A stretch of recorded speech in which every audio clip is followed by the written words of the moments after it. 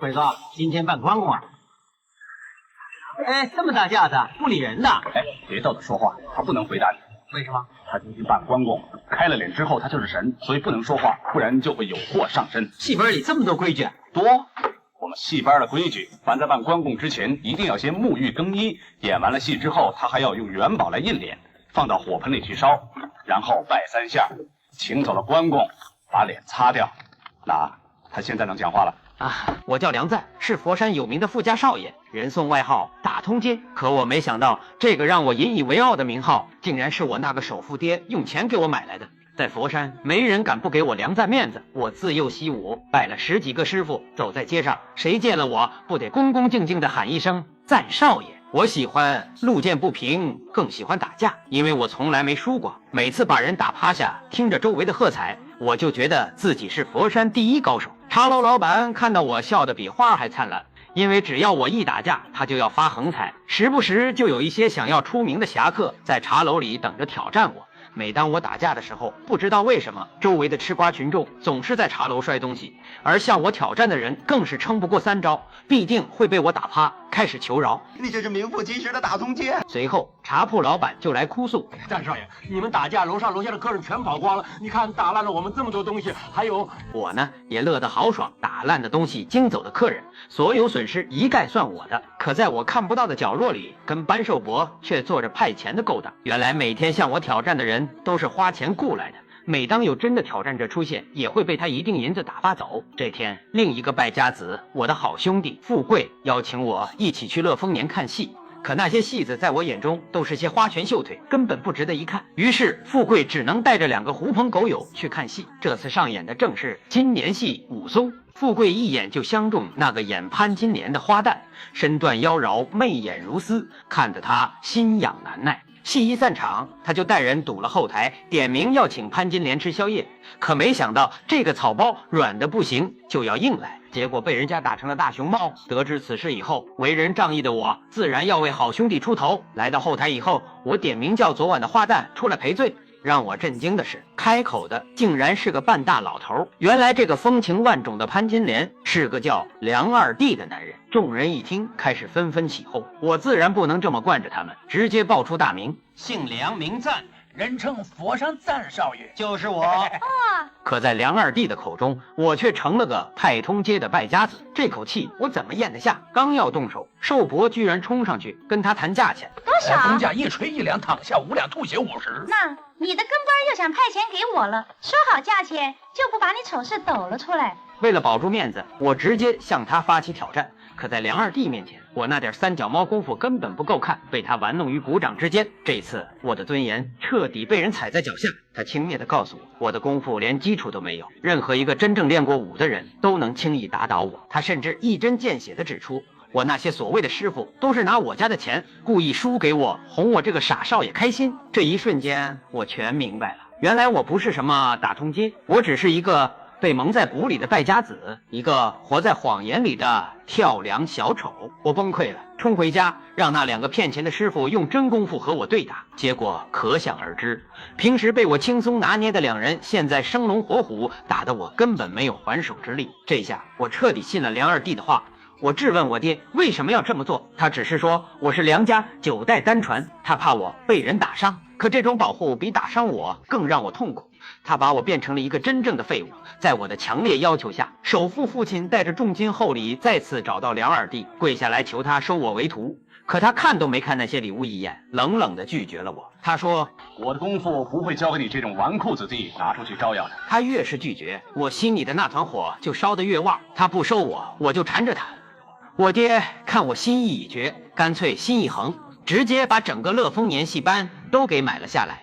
就这样，我成了戏班里一个打杂的小武行，还兼任梁二弟的私人跟班。毫不知情的梁二弟还责怪班主，结果你怎么会让他上船呢？他爸爸把整个乐丰年都买下来了，我现在也是拿工钱的，他要当皇上也是有资格的。梁二弟又说我是个败家子，可这次我早就做了功课。我查过你们乐丰年成立之后年年赚钱，我用合理的价钱买下这个戏班，这叫做稳当投资。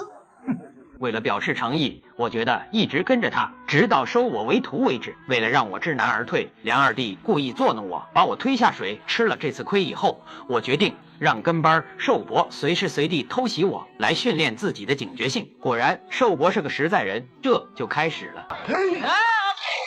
来到任家镇以后，乐丰年就开台唱戏。由于我初来乍到，不懂规矩，还以为贵哥办了关公就不理人。就在我喋喋不休的时候，梁二弟才告诉我戏班里的规矩。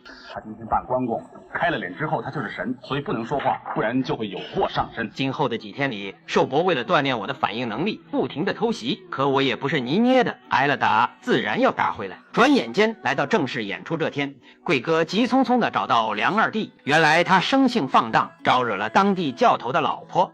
那个教头更是放言要打断他的腿。为了活命，贵哥打算跑路。梁二弟情急之下，竟然让我顶替上场，还再三叮嘱我开了脸就不能说话，这是规矩。与此同时，教头也找上了门，看见关公就给我打啊！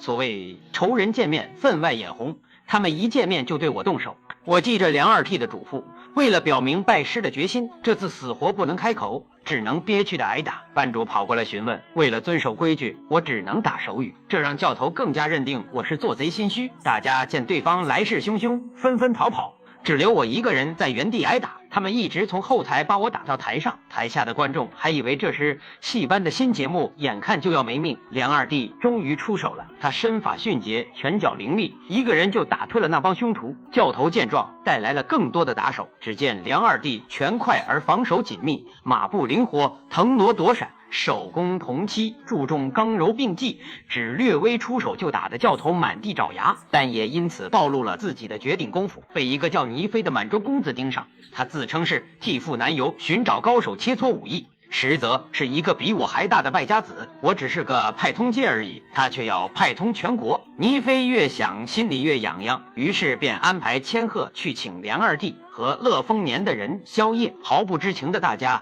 还以为是哪个富豪要请他们唱戏。来到地方以后，倪飞的两个随从突然出手试探，他们一人专攻下三路。梁二弟使出2字前仰马，腰马合一，虽是站在摇晃的木板上，却稳如泰山，3招2式将对方拿下。千鹤专攻上3路，招招攻其要害，结果被梁二弟轻松挡下。就在此时，正主突然出现，邀请梁二弟入席。入座以后，倪飞对梁二弟很是恭维，我以为他也是个想拜师的富二代，并未在意。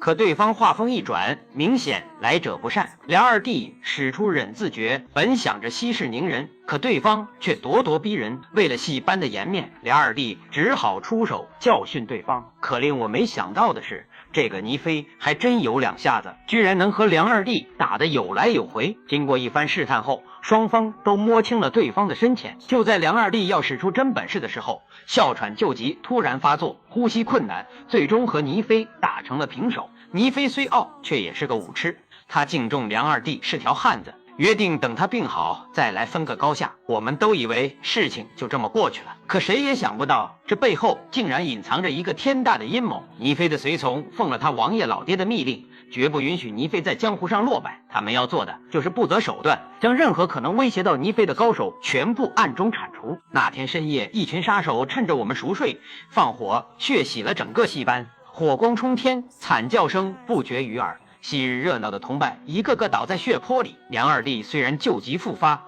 但凭借自己的功夫，还是能在众多杀手围攻下勉强支撑。而恰好外出归来的我，直接就给放火的杀手开了瓢。紧接着，我换上杀手的衣服，混进了戏班。眼看有10几个杀手正在围攻梁二弟，我心中大喜，要是来个英雄救难，拜师不成问题。于是我便拿着火旗，拼命让梁二弟先跑。可我还是高估了自己的战力，直接被一脚踢断手臂，然后丢进了大火中。梁二弟见状，急忙把我身上的火熄灭，然后带我逃进了地道。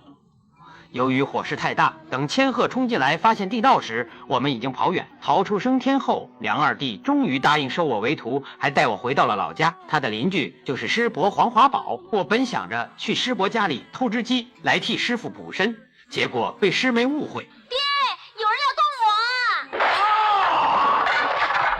谁敢动俺女儿？就是他！被打一顿后，我只能灰溜溜的去请救兵。今天算你倒霉，得罪了这种文盲、老粗、野蛮、没人性的人。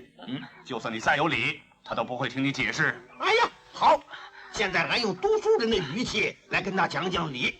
师傅一顿激将法下来以后，果然化解了误会。看来以后跟师伯这种大老粗没法正常交流。转眼间半年过去，师傅依然不肯教我咏春，我只好去隔壁跟师伯学两招。师傅发现后非常生气，把我叫了回来。他告诉我，之所以不教我武功，是怕我出去好勇斗狠，跟人结怨。我终于忍无可忍，吐露了心声。你听着，会不会武功的人都会好勇斗狠，跟不跟人结怨，有时候是身不由己的，命早晚都会没有。如果各门各派的人都好像你一样，中国功夫很快就会没落的。你不肯收我，我不会勉强你。不过我要告诉你，你这种想法是错的。师傅被我说得哑口无言，陷入了沉思。在门口偷听的师伯也进来补刀。杨元强，你还在生气呀？梁三骂的你很对呀。师傅不是说过吗？济川有缘人，难道他跟你没有缘吗？不是我说你呀，无情冷血。直到半夜，师傅终于想通了，决定将咏春传授给我。次日，师傅在教我基本功的时候，师伯却在一旁灌输不同的理念，为此两人争吵不休。课间休息的时候，我趁机拍师傅的马屁，可师傅却告诉我，师伯才是真本事的人，因为咏春有长短桥之分。由于身体原因，师傅只能练短桥，而身形高大的师伯却能长短桥并用。为了让我学到全面的咏春，师傅主动到对面吵架。整天来捣乱，是不是嫌我教梁赞教的不对？你老是说废话，一天到晚的讲理论，跟你学简直是浪费时间。难道你教的比我好？那当然了，如果把梁赞一早教给俺的话，老早回到省城开馆授徒了。并用激将法成功让师伯教我他的绝技。从此我开始同时学习梁二弟的短桥碾打和黄华宝的长桥大马，一个是阴柔灵巧，一个是刚猛无匹。我废寝忘食地练着，只为有朝一日能为戏班死去的弟兄们讨回公道。日子一天天过去，师傅的身体却每况愈下，我只好带他回佛山治病。可自从戏班被烧以后，寿伯就以为我遇难了，更是请了个道士替我招魂。我看他在那里装神弄鬼，就过去吓唬他。